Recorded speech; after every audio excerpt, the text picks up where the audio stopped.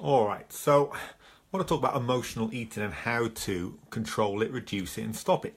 This is basically the challenge for most people. Now, I wrote about this in my book just here. My theory is that as humans, when we get too much stress in our body, be this negative emotion, be this stressful thoughts, then the coping mechanism we use is to eat bad foods. So what that would mean for one person is you might have chocolate, I might eat cake, the next person might smoke, the fourth person might drink.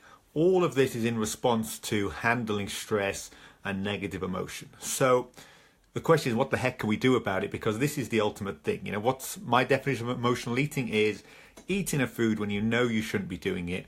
A good chance you don't even want to be doing it, but there you are doing it. And this happens to everybody. So with that in hand, what are we going to do to handle emotional stress eating? Well, there's different elements to it. 4 main stages. First stage we're trying to look at is coping strategies. Now, this is a bit like taking the headache pill for the headache. So we've got coping strategies. So there's better ones that can help. So if you've got no coping strategy but to eat when you're stressed, remember, this is going to happen. You're going to eat when you're stressed or emotional, guaranteed. So what do I do when it happens? By far and the best way is to exercise, and every person in amazing shape, that's what they do. So somehow they've learned to find a way to exercise when they're stressed, and it's an absolute win-win. Instead of sitting there eating, what do? You go out and you move your body. Now, you may in highly stressful times come back and then do exactly the same, but the reality is there's a much better chance. There are lots of different coping strategies that you can use, and I won't dwell on that too much. It's one of the easier ones to get to, but it's the headache pill for the headache. The real question is, how do we stop the headache coming in the first place? That's what we really want to get to. The other side of that coin is to find better coping strategies, and then also pick foods when you are emotional that aren't the very worst ones. So if my worst thing is drinking wine, then could I find another drink that doesn't set me off into drinking 3 bottles or so forth? That would be a good option. Rather than telling myself I should have water, it's coming up with a logical thing. So coping, sensible food, but that's not really getting to the solution of the problem. The solution of the problem is we've got to change your response around emotions in regards to emotional eating. So there's 2 things. We need to reduce emotions, reduce stress, so you actually feel a lower level. And then at the same time, over time, we've got to retrain your brain neurologically to respond differently to food. So how do you reduce emotions? Well, that's the big question. This is where people are getting a lot of confusion. Most people only ever use coping strategies. And even things like the most popular would be meditation. The way I see most people use that is only just to like paper over the cracks. So my definition of reducing emotion is, if I'm stressed about something, an issue, I use some methodology on it. At the end of it, I shouldn't feel the same way about it. And it should last at least days upon weeks. That shows to me that it's worked. If you're just topping over the same thing, then it hasn't. And there's different methodologies to do it. So like perhaps one of the simplest but still effective things would be like self-journaling. For a lot of people, that works quite well. Because what we get the trouble of is with methodology bringing down emotions, it's all very well saying you need something you can use at any point at any time, because you can't always run to a therapy group or run to this. So I've had some very good results with people self-journaling. Now, what's a self-journal? A self-journal is identifying your emotions. If you look at how you break down emotions in a lot of techniques, so I'll talk about some techniques in a bit, there's some very similar foundations to it. First one is acknowledging what the emotion is felt and the reason why you're feeling it. Now, this is really interesting because when people do journals, it often turns into a food diary or a what I've done today diary. That's not what we want. What we want is to articulate how are you feeling. And this is where the power comes from. And it's the same in a lot of different therapies, tapping therapies, talk therapies. If you can identify how and what you're feeling, it will change what it is. And you'll be surprised how you think you know, but you don't. You're like, oh, I feel angry, and I feel angry because, and you actually identify what you're doing. What we normally get, and I listened to a lecture about how men and emotions can't display emotions. So like every emotion a man feels, they're just putting out as anger. I feel sad, so I'm angry. I feel jealous, so I'm angry. I feel emotional, so I'm angry, and so forth. That's not becoming aware of your emotions. So one technique, so I'm going through some of the major techniques you can use, and I'll tell you how this all comes together into a package in just a bit. Journaling, that could be a good one. What I like about it, anybody can do it. I can get, especially with guys I work with, I can get them to do that. I don't have to see it, and then they can do it, and from there they can actually get some benefits without having to share and so forth. So that's one methodology. Another methodology which comes under a lot of techniques is what I'm going to label as reframe questioning. This is in a lot of therapies. This is in like talk therapy, things like 3 principles movements, various self-help methodologies go into this. So what we're doing is we're asking, or you're asking, questions that will challenge the foundations of what you're thinking. And if you shake those foundations, you will no longer feel the same about that event. And remember, this is still going back to my definition. Emotional or reduction work, stress reduction work will mean you feel different about the subject for hopefully forever thereafter. And when we bring the emotions down, you will stop eating and so forth. So reframe questioning, that is asking questions based on the assumptions about why you're feeling something. Why do I feel down today? I'm just the most stupid person ever. And then we can ask you, are you literally the most stupid person ever? Well, are you more stupid than that person in the office? And you're like, well, I'm not more stupid than Mark. Come on, he's an idiot. And you can begin to question your assumptions. And the bigger, deeper questions would look at your whole foundational beliefs upon which you structure your life. What rules do you have to feel happy? What do you mean? I just feel happy how it comes. No. You can ask yourself, what rules do you have to feel happy? Are you in control of those rules? And this stuff, you'll see this in courses done by Tony Robbins on his value system, and there's lots of other different methodologies. I think there's so many techniques out there. If you bring it back to what's underneath, you'll find a lot of it's very similar. So that's number 2, journaling. You can do it. Reframe questioning.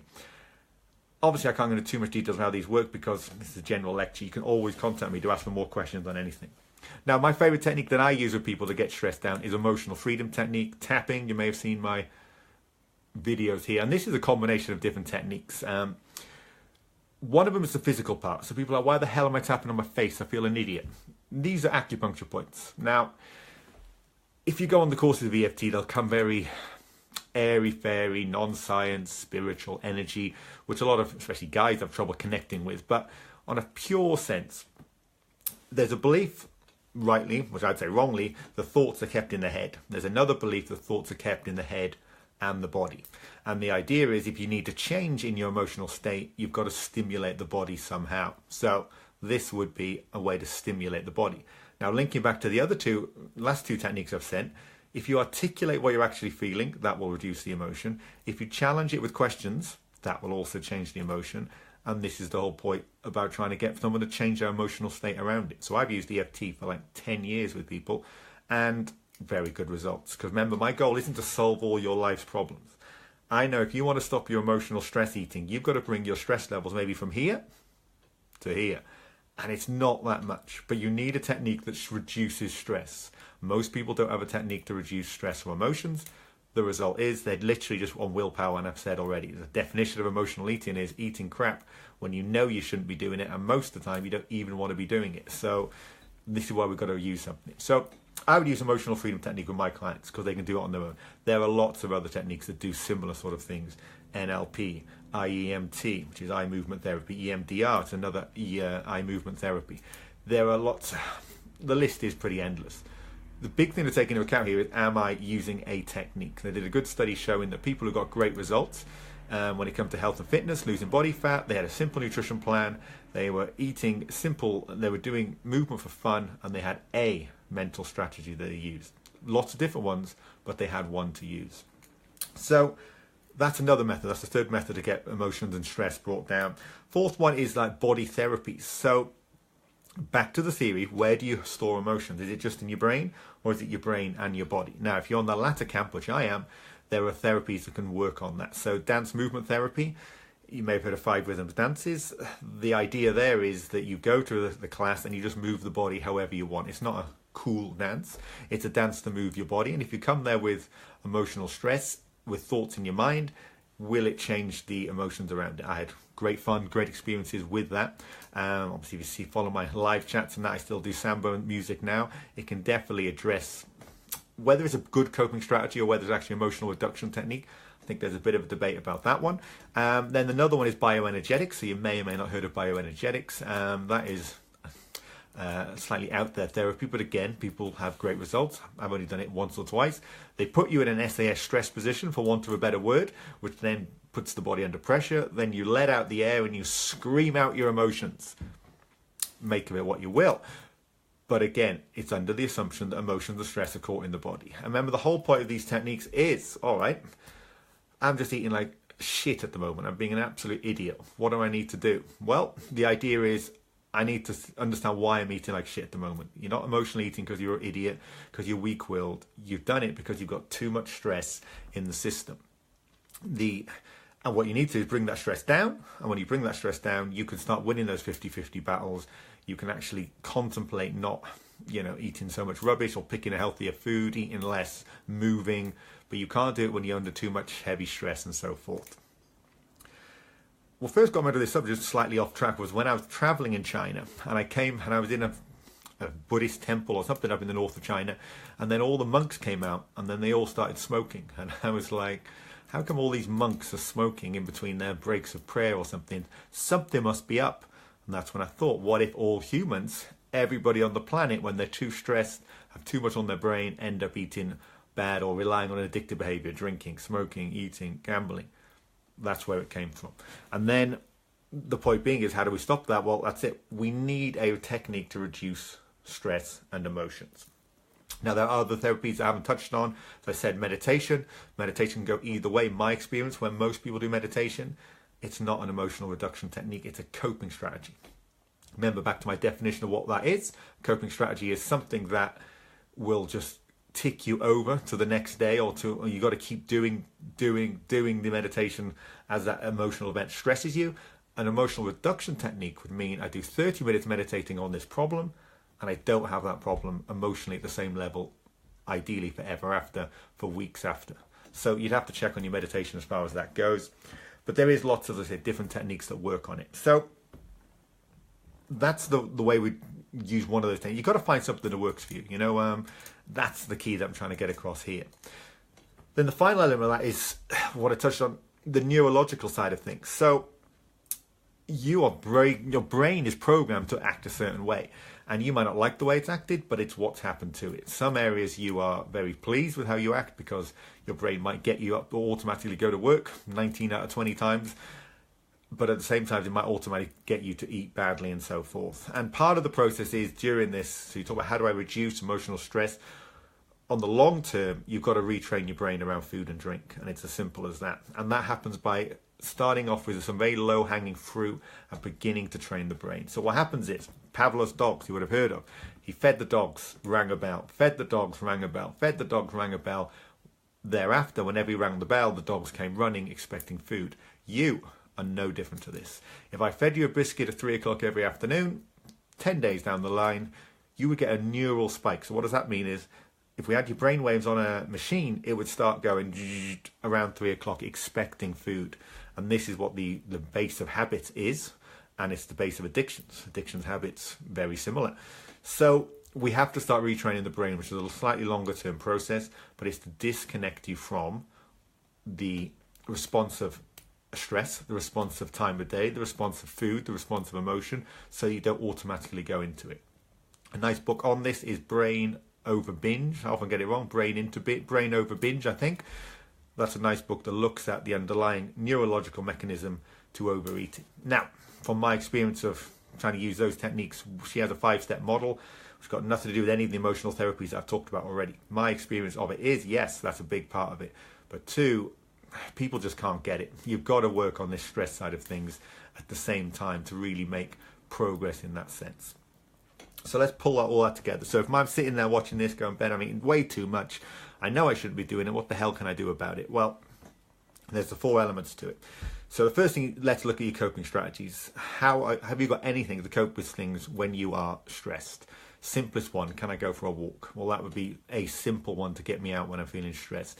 As I said, if you can get exercise. Now remember, exercise when you're stressed might be absolutely completely different to when you're not stressed. When I'm stressed, I just go and sit on one machine and I won't move for 20 minutes, annoying everybody, and just do some bench or something easy, because I can get in, no dramas. It gets me. I'm not there to do a workout. I'm there to mentally clear out. Do I have other regular coping strategies? Do I have social meetings? Do I do music? Do I move my body? The more of those in there, the better. That's going to make life easier. So If you haven't got any of those at the moment, just start with walking. Just say, right, I'm going to go for a walk every night for half an hour, or every morning, every night. That might be a way to start going. Food-wise, look at it again. Remember I said there's certain foods that will really trigger you off. You might have one shortbread biscuit when you're stressed, and the whole pack's gone. 1,000 calories, boom, gone. Can you just pick another food that's tasty and appealing, but not quite the devastating triggered effect of it? Again, you might have one glass of wine and have 3 bottles, but you have 2 vodka and ice or whatever, and you just have 3 or 4. Get the least one out. Then we go on the next stage. You've got to start using some emotional reduction technique. Pick one you want, it doesn't matter, but we've got to do it. So as I said, the main ones I went through. Journaling, that's a simple way. Journaling's about revealing your emotions to you on the piece of paper. You can burn the paper afterwards, it doesn't matter, people don't have to see it, but you're expressing how you feel and why, and you just follow that sort of self-talk conversation.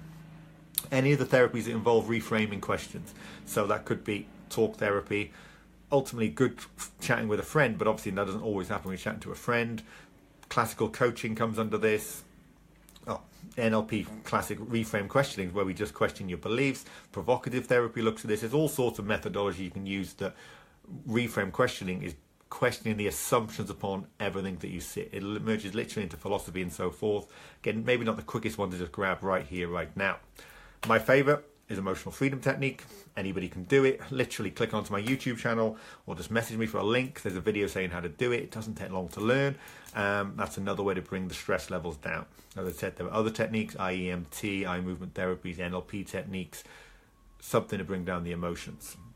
Then, again, you could try, again, it depends where you're at, one of the body therapies. If you happen to be near a bioenergetics class, if you happen to be near a 5 rhythms dance class, if you happen to be near something along the classic dance therapy class, as the 5 rhythms dance is more for the commercial now rather than dance therapy like it was designed, go down a class. Do you feel different afterwards? You might be surprised. The power that it has when you move your body in a way that it wants to be moved. The difference between dance therapy and normal dancing to be cool in a club is you might do the most stupid move. If you just got to move your body as you feel it. So if my body wants to do this way, that's what I would do. I don't think I would do that to impress a woman in the club, for example, or maybe I should. Then from there, the longer term school is to start looking into that neurological side of things. That takes slower time to do because remember, the pattern's been burnt in your brain. When you feel a certain way to eat a certain way, you've got to unburn that pattern and actually recreate new patterns in the brain. Now, it doesn't necessarily take ages to do once you start doing it, but if you're right now watching this in a real dip and a lull, I don't know if that area is quite ready for you. Well, you have to wait, but it's going to get you out the hole or not. So that's what I say as far as reducing these things go. One, accept that it's definitely normal. It's nothing about you. You're not weak-willed.